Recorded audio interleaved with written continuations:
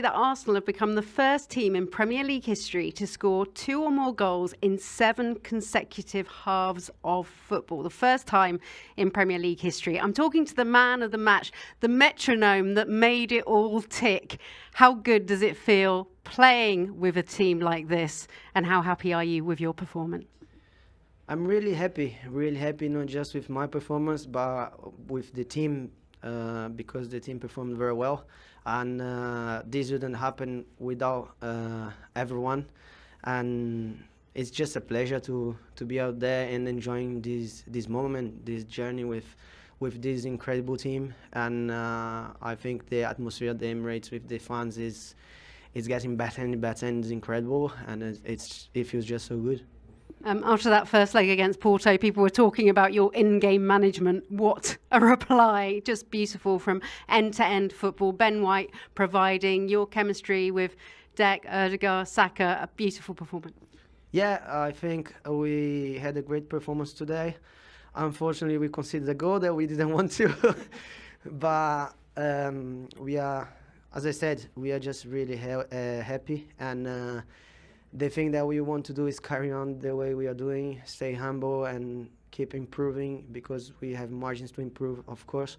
But we are just so happy, and we need to just keep pushing.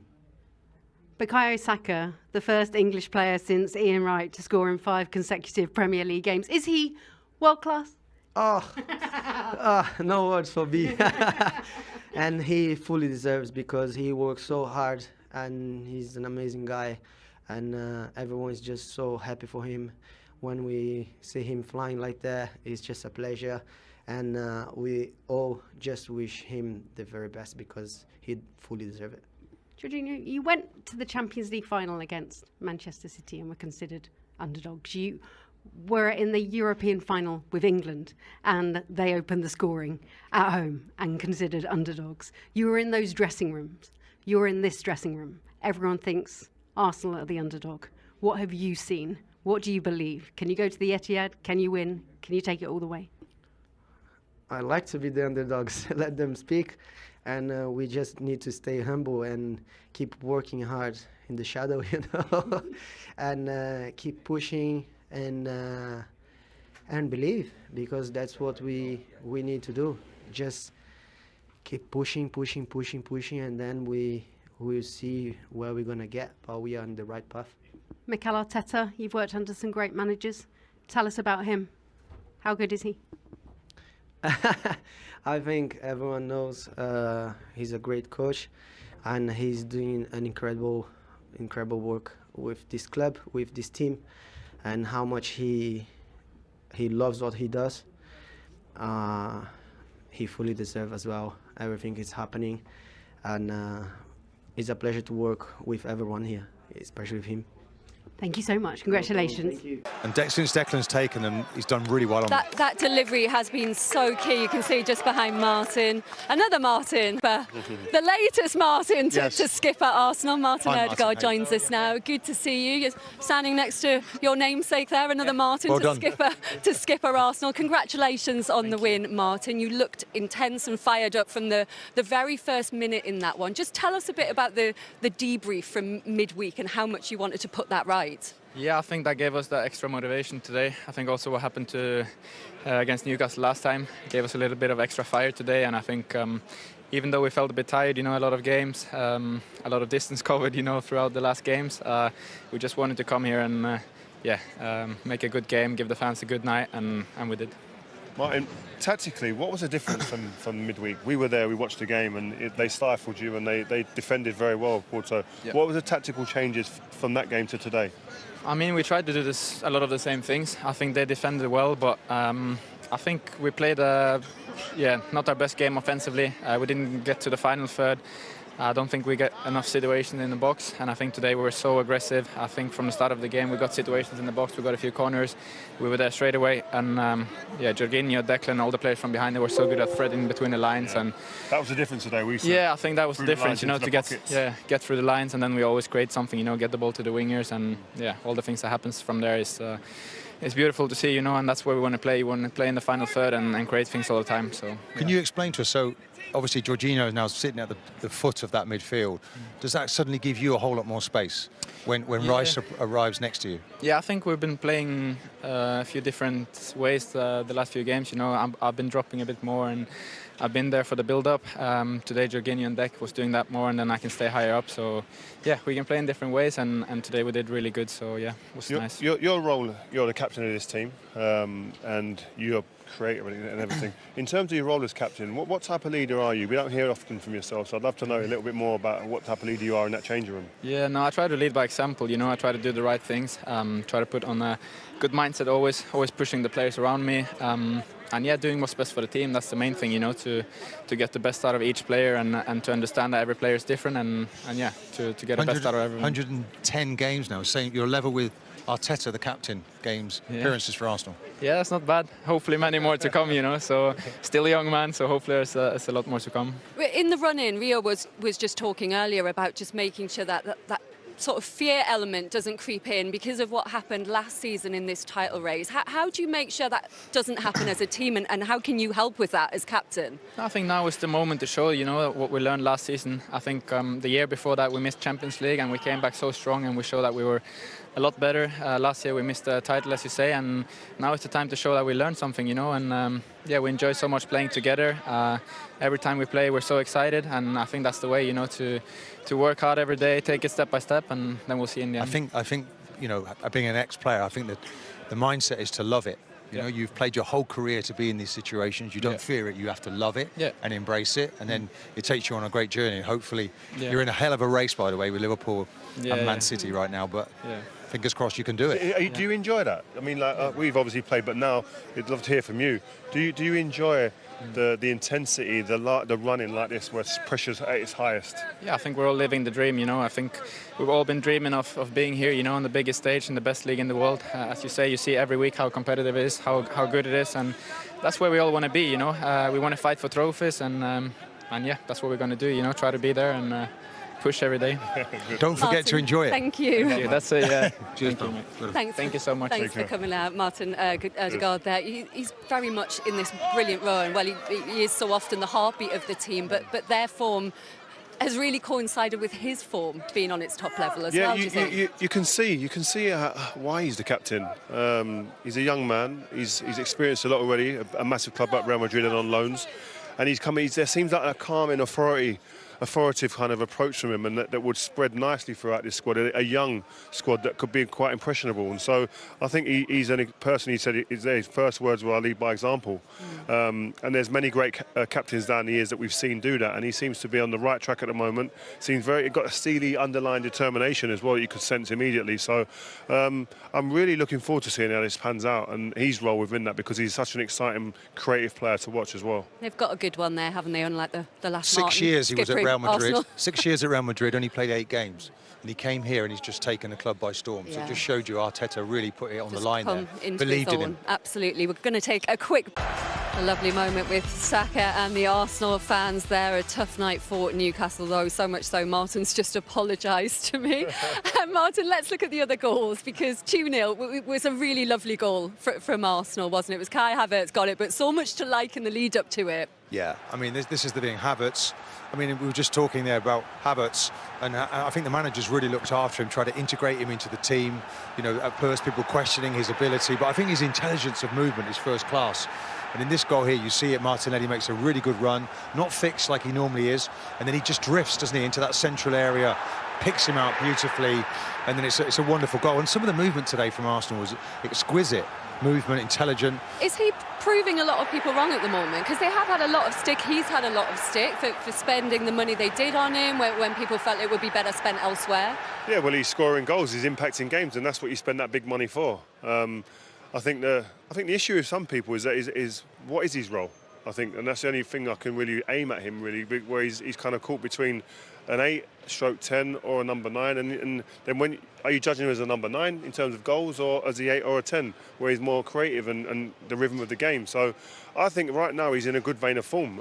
Does his strength lie in his ability to do so much then? Yeah, I think his strength is his versatility. I think that he can fill holes and gaps, and you need that in a squad if you're going to try and win things, because if you've got people that are just rooted to one position, then that does negate from you being able to kind of move people and interchange within the game and be interchangeable in your position. So rotations are a huge part of Arsenal and the way that they play. We saw the two wide players. Like Martin's saying, I totally agree. If the two wide players are stuck out wide and stay there and they're fixed out there, as a fullback, that's so much easier to mark because I can see them all the time. The moment they're allowed to drift inside, which they did today so many times, the fullback's then thinking, right, do I pick him up? Do I follow him? Do I stay wide? Does the centre-half pick him up? When you're asking a defender that many questions, they almost have to stay in to start doing that, and their concentration levels will dip at some point. And like they did for that moment, inside Trippier, create the goal. And I think for Havertz, it's a lonely role, perhaps, if he's there on his own. And suddenly now, and I think with Declan Rice really pressing high on that left-hand side, so it gives Arsenal a really good base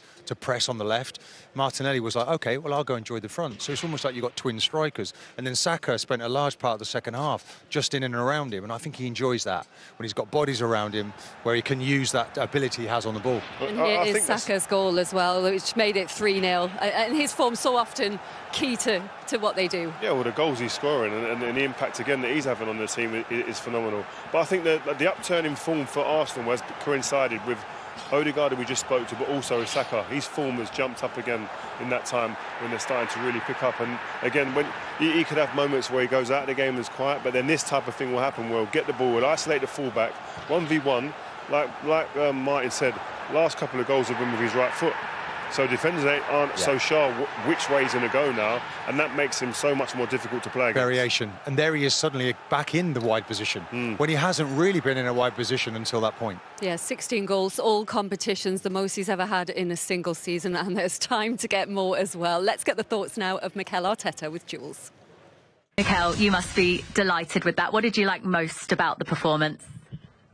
Everything, the way we started, the aggression and the positivity that we showed in our play from the beginning.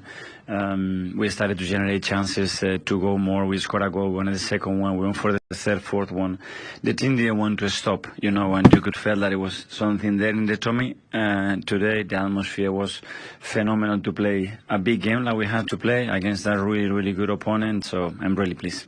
And you must be extra pleased as well that despite going in at half-time ahead, the team came out with exactly the same effort in the second half too. Absolutely, and because we know that 2-0 is not done, and it's a really good team. They have a lot of tools and resources to create issues to you, and we knew that we had to get the game done, and we've done it.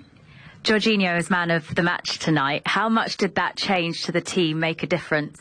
Yeah, he was really good. Again, we believe that it was a game for him, for the way they are set up and the things that Georgie generates, but then it's him that has to do it, and he's done it again, and he's a fantastic player. 4 goals. I don't know if you pick favourite goals in games, but that second one, that must be exactly the type of goal you love to see as a manager. Yeah, but I like all of them. The ones that are more scrappy, the ones that probably they don't go on YouTube, but they're as effective. Really good, because we score in different ways, and that's something really positive as well for the team. As well as all the goals, it's now 3 consecutive clean sheets in the league. How important is that centre-back duo you've got? Yeah, they've been always really good in all the defensive part, but we have to continue to do. We still have things to improve. 6 consecutive Premier League wins now. How far can that momentum take you? We have now a few days, because we play the following Monday, but we need a few days to reflect, go again. It's been a very intense week, and that's a very positive way to end it. Well done. Thank you. Yes, it's Sheffield United away next, Brentford at home before that return leg against Porto, where we'll see on TNT Sports if Arsenal can turn that around. We'll get the post-match reaction now from Eddie Howe with Jules. Yes, subdued Eddie Howe. It's going to be a long trip back to the northeast as well for the travelling Toon Army. Next up, it's Blackburn away. How big has the FA Cup now become for Newcastle, Martin? Well, huge for them. You think last year in a League Cup final, didn't win it. Finished 4th in the Premier League. Did they achieve too much almost last year? So he wants to keep that momentum going. They're losing it a little bit, aren't they? They looked a pale reflection of themselves from last season out there today. It wasn't them at all. So that FA Cup game now is massive for them to rescue their season. Yeah, you're saying that, like, a pale reflection from last season. They conceded just 33 all season. They've already conceded 45 this season, Rio. Has that defensive change, you talked about mistakes there this evening, is that the biggest thing for them, that they've lost that identity? Yeah, I don't know if they lost the identity, but at the moment they're just not performing the way they did last season. That consistency of being hard to play against a really gritty team. But it wasn't just about the back four and the goalkeeper. At the front, they pushed from the front. They were aggressive in their pressing. I think Pope's been a huge miss. We talked about him before the game. But I think also, Eddie Howe mentioned before the game, he's having to play certain players because of injuries and the squad depth. So that's something I'm sure that they'll have to look at in the summer. But they've got to finish this season as strong as they can and get themselves into some good positions. The question for me to Newcastle was really, is this now where they probably would have seen themselves without last season's successes and said, this is where we are in the process? Because they were ahead of schedule. Yeah, they were so far ahead of schedule. So would Europa League or Conference League qualification be seen as a success then, do you think? Because Champions League was... It's hard to replicate what they did last year, but I'm not sure the squad is quite built for a Champions League campaign and a Premier League campaign. So we expect to see, although financial fair play now suggests they can't really spend the money. So they're a little bit hamstrung in that direction. Tough day at the office because you came in the positive of Isak returning, but then obviously losing your regular goalkeeper. Assess it all for us. Yeah, very difficult day for us. We really disappointed with the first 45 minutes. We felt we didn't compete. We didn't show our true selves. Arsenal played well and put us under pressure. But we're hugely disappointed with what we delivered in that first 45. Yeah, and just coming into that last 5 minutes of that first 45, seemed to get a stranglehold back in that game and just some opportunities not taken. Yeah, and you're absolutely right. There was 5 minutes where we turned up in that first half towards the end, and then in the second half I thought we played well until their third goal, which really killed the game. But we really needed to start with that attitude, with that commitment to the game, which we showed in the second period, because we show we can compete with anybody. But when any team doesn't function like we did in the first half, the game's difficult. There was one very nice goal, but what do you take from a performance like this and a maybe lack of reaction today? Well, we'll take a lot, I'm sure, because we'll use all the lessons that we can learn from today in a positive way and try and make us better from it. But it's a difficult period for us. We're inconsistent. You never quite know what you're going to get, which is never a good thing from my perspective. We did score a good goal at the end and we showed character in that second half, but first half was disappointing. I suppose the positive is you are getting key players back now. He's like coming straight back into the game. Players coming off the bench, they're going to have to get their fitness back. Yeah, at the moment they're probably getting their fitness in the game, which isn't always ideal. But I thought Alex will be better for that 60 minutes. He needed it. We had to protect him and take him off. And we're still playing players within that team that aren't 100% fit. Arsenal setting records though and beating teams that are not typically on the end of big results. How good are they? How far are they into this title race, do you believe, on what you saw today? Well, off the back of today, I have to say they're right in the title race. They're definitely one of the best teams we've played this season. Thank you, Eddie. Thank you. Yeah, great day for Arsenal, which we'll come to in a moment, but a very difficult one for Newcastle. Had this been a sofa, then proverbially Alan Shearer would have been behind it for most of that game. It was a tough watch for everyone connected with Newcastle. What went wrong? Yeah, it was a really dire night for Newcastle. They were poor from start to finish. As soon as they walked out onto the pitch, they were beaten in every department. There was a lack of fight, lack of desire, a lack of wanting to do the basics, what you have to do at any football match, let alone going to one of the top teams in the country who are going for the title. You've got to stick together, you've got to close players down and try and make it as tough as possible for the opposition, and Newcastle just didn't do that. I mean, it's as bad as I've seen them in an Eddie Howe performance. There was just nothing to say that was positive about it. It was pretty rotten, to be honest, in the first half, and they got absolutely battered from Arsenal. Could have been more, should have been more, and that he's using the polite words, Eddie, saying we were off it, we weren't at the races or whatever. I mean, the language that I used was dreadful, shambolic, all of those things, but there hasn't been many times, if any, that we've said that about Eddie's team. I mean, yes, they're shipping in goals for fun and far too easy to play against. But at least at times they had a little bit of hunger and a little bit of fight about them when they are conceding those goals. But that wasn't there tonight, and that wasn't acceptable. But on the other side of the coin, Arsenal were on it and 2 of their 4 goals set pieces again, Sean. I mean, these are a real fiery thing in their armoury. It is, and it's just a free man, nobody marking Gabriel header. The keeper does really well to save the initial one, and then whatever happens on the line, I kind of think that the clearance should have been made. It doesn't get kicked well, it hits Botman's knee and goes in a goal. But I think throughout this game, Arsenal just took advantage of everything poor Newcastle did and capitalised on it as much as possible. And this great ball in from Gervinho there, and the cutback for me is in the perfect area. He didn't look, he just knew what area to put it in. But if you're not going to put the pressure on the ball, those sort of players can hurt you, and they did just that, Alan. That was the problem, I mean, particularly with that goal. We saw the pass from Jorginho, that sort of summed Newcastle up. No pressure on the ball. And when you're playing against a team who've got really, really talented players who are great on the ball, who can pick a pass, who can finish you off, then you've got to get tight. You've got to try and get in their faces. But Newcastle just didn't do that. And as I said, Arsenal dominated. They were cleverer than Newcastle from set pieces. Their movement was better. And Sean said it after the game. There are so many things you have to do right from a set piece. First of all, you've got to get the ball in, then the movement, then you've got to have the hunger to get on the end of it, because people are trying to stop you, and they've got to have the ability to put it away. And Arsenal are brilliant at that this season by the numbers that we've seen. 6 Premier League wins in a row, 25 goals scored in that period and just 3 conceded. So now we have a situation where the top 3, with 12 to play,